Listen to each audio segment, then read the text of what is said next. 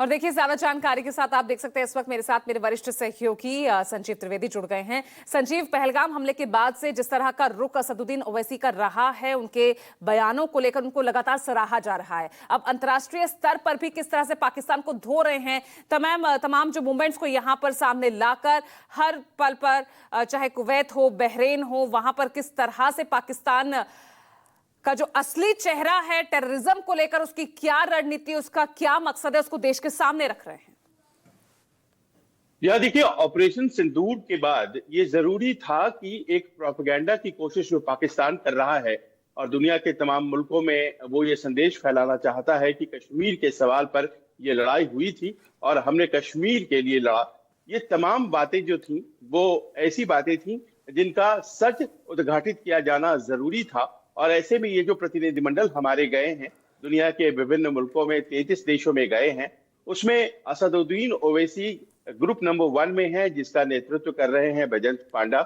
और Kuwait, Bahrain, Saudi Arabia, इस तरह के देशों में जाकर के वहां पर पाकिस्तान की पोल खोलना अपने आप में बहुत मायने रखता है, खास तौर पर असदुद्दीन ओवैसी के द्वारा। और जिस तरह से उन्होंने अपनी बातें कही हैं, वो जबरदस्त दलीलों के साथ, एविडेंसेस के साथ उन्होंने रखी हैं और उसका बड़ा माकूल असर होता दिखाई पड़ रहा है, क्योंकि उन्होंने बार बार जो हमारे मजबूत पक्ष हैं उसको सामने रखा है।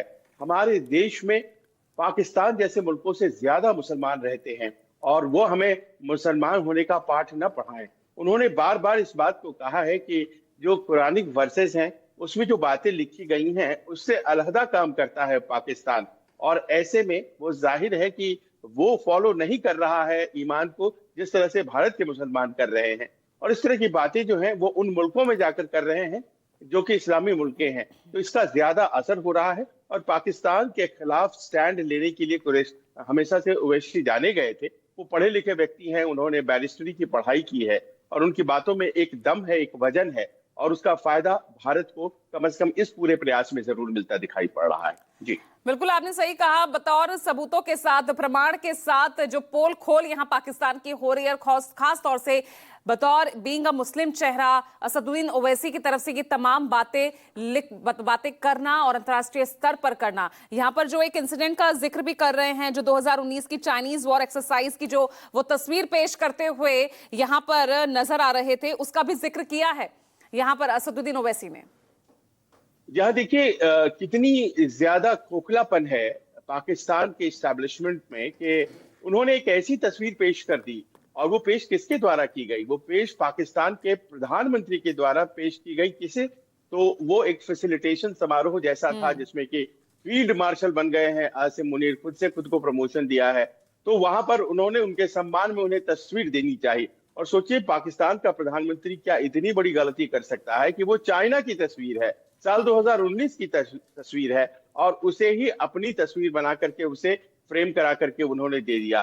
तो पाकिस्तान तो झूठ पर खड़ा है और वो झूठ इस तरह से साबित हो रहा है। लेकिन इन बातों को सामने लाना भी तो जरूरी था, इंटरनेशनल फोरम पर इन बातों को कहा जाना भी जरूरी था। और ये काम असदुद्दीन ओवैसी और हमारे तमाम जो 7 प्रतिनिधिमंडल गए हैं उन सब के लोग जबरदस्त तरीके से कर रहे हैं। शशि थरूर को मैं सुन रहा था, उन्होंने भी अमेरिका में जाकर के ये बार बार जो कहा करते हैं ट्रंप साहब की मैंने मध्यस्थता करा दी, उन्होंने एकदम साफ लहजे में कह दिया कि राष्ट्रपति ट्रंप के पास वो वजन या वो स्टेट्समैन वाली बात नहीं है जो पहले के अमेरिकी राष्ट्रपतियों में होती थी। तो इस तरह की बातों को जाकर, और भारत क्या सोचता है, ये सब बातें रखी जानी थी विदेशी फोरा में। और ऐसा लग रहा है कि हमारा प्रतिनिधिमंडल, सातों का सातों प्रतिनिधिमंडल, इन सब बातों को कहने में बहुत ही ज्यादा सफल हुआ है। जी बिल्कुल। इस बीच आप बने रहिएगा संजीव, क्योंकि एक बड़ी खबर आ रही है, उसका रुख कर रहे हैं।